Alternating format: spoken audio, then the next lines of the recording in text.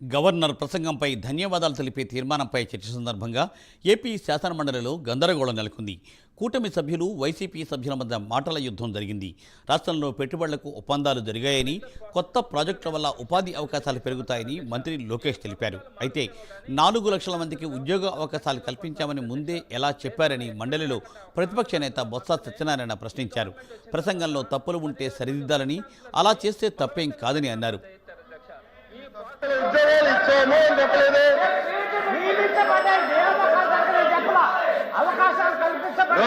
అవకాశాలు కల్పించబడి నియమించడం చెప్పలేదు. తెలుగులో చెప్తున్నా అధ్యక్ష. వారు చెప్తుంది ఏంటంటే ఫ్యూచర్ లో వస్తాయి 4 లక్షల ఉద్యోగాలు అవకాశాలు కల్పించాము, అవకాశాలు కల్పించాము, ఫ్యూచర్ లో వస్తాయి అనేది మీరు మీ తాలూకా భావం, మీ ప్రభుత్వం తాలూకా ఉద్దేశం. Absolutely there is no controversy. Absolutely there is no controversy. అధ్యక్ష, ఈ రోజు పెట్టుబడులు పెట్టేదానికి ఒప్పందాలు కుదిరించుకున్నాం. ప్రాజెక్టులు గ్రౌండ్ అవుతున్నాయి. ఒప్పందాలు ఇన్ని లక్షల ఉద్యోగాలు కల్పిస్తామని వాళ్ళు అన్నారు. అవకాశాలు ఇంగ్లీష్ తెలుగులో కూడా చాలా స్పష్టంగా ఉపాధి అవకాశాలు కల్పించబడింది ఉంది. మీరు 3rd page sir, last point చదవండి సార్. 3rd page. గౌరవ సభ్యులు ఏమనుకోకపోతే దయచేసి కోరేది లాస్ట్ పాయింట్ సార్, చాలా స్పష్టంగా ఉంది. ఇక్కడ ఏమంటే సార్, ఈ రోజు పెట్టుబడులు పెడితే 2-3 సంవత్సరాలు పడతాయి ఉద్యోగాలు వచ్చేదానికి. అది నేను అనేది, అదే చెప్తున్నాను. నేను ఇప్పుడు కల్పించామని లేదు త్రిమూర్తులు గారు, నేను ఇప్పుడే కల్పించామని ఎక్కడ అనలేదని మేము చెప్తున్నాం సార్. మేడం గారు ఏమన్నారంటే 4 లక్షల ఉద్యోగాలు ఇచ్చారు మీరు అని చెప్పారు. ఎక్కడ ఇచ్చారని అడిగారు. మేము వాస్తవాలు మాట్లాడుతున్నాం అంతే.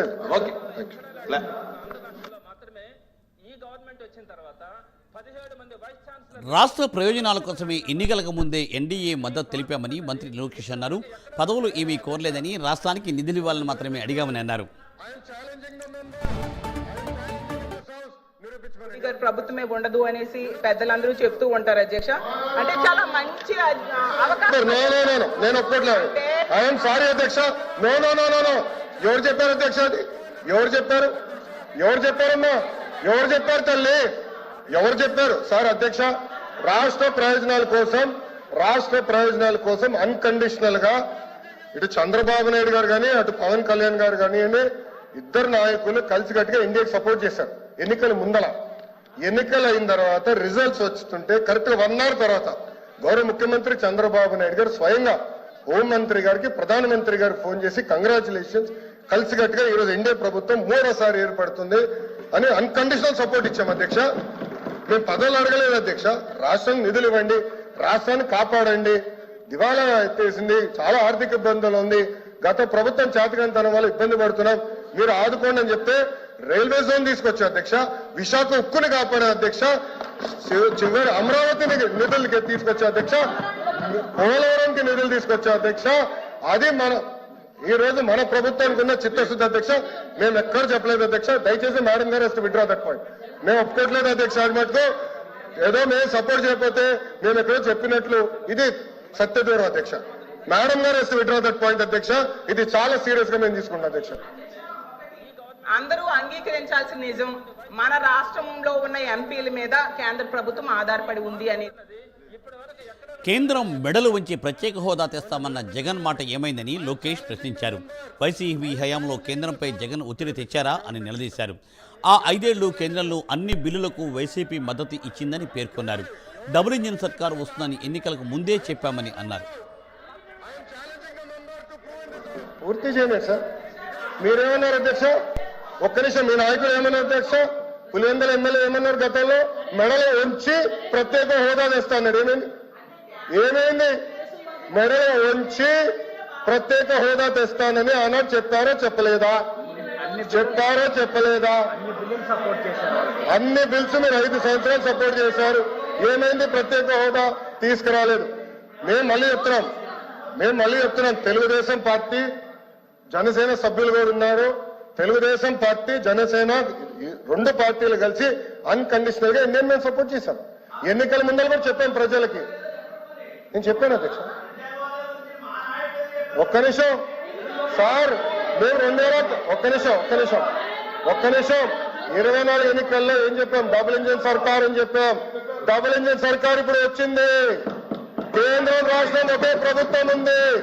రైల్వే జోన్ ఎవరు కాపాడారో? నేను కాపాడాను.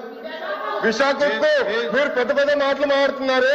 13,000 కోట్లు చంద్రబాబు గారు పైన ఉన్న నాయకత్వం మేము తీసుకొచ్చాం అధ్యక్ష.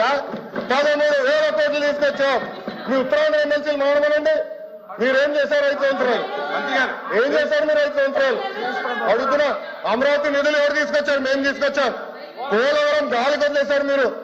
బుల్లెట్ దిగినా అని మీ మంత్రి గారు అడిగారు. ఏమేరైనా పెద్ద మాట్లాడతారు. పోలవరం నిధులు తీసుకొచ్చారు. 6.5 ప్యాకేజ్ కి మొన్న 1000 కోట్లు రిలీజ్ చేశాం. నో అధ్యక్ష, ఐఎమ్ ప్రొటెస్టింగ్. మేడం గారు has to withdraw that state. విశ్వవిద్యాలయాల వీసీల రాజీనామాకు ప్రభుత్వానికి ఎటువంటి సంబంధం లేదన్నారు మంత్రి లోకేష్.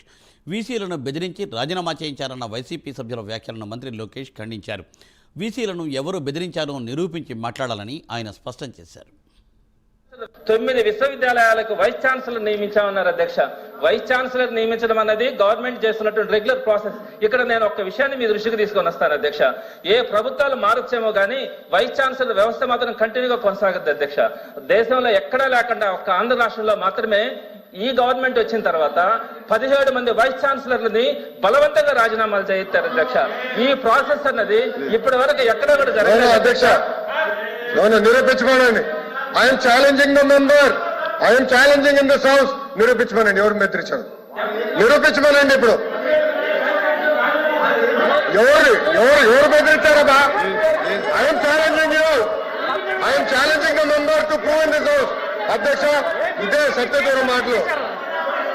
ఏపీఎస్సీ చైర్మన్ అందరూ తప్పులు చేశారంటే రాజీనామా చేసి పారిపోయారు. మేము ఎక్కడ? I'm challenging you. I'm challenging you member. నిరూపించండి. వచ్చే మారతం లేదు. నేను అధ్యక్ష కూర్చోండి. నేను ఛాలెంజ్ చేస్తున్నా.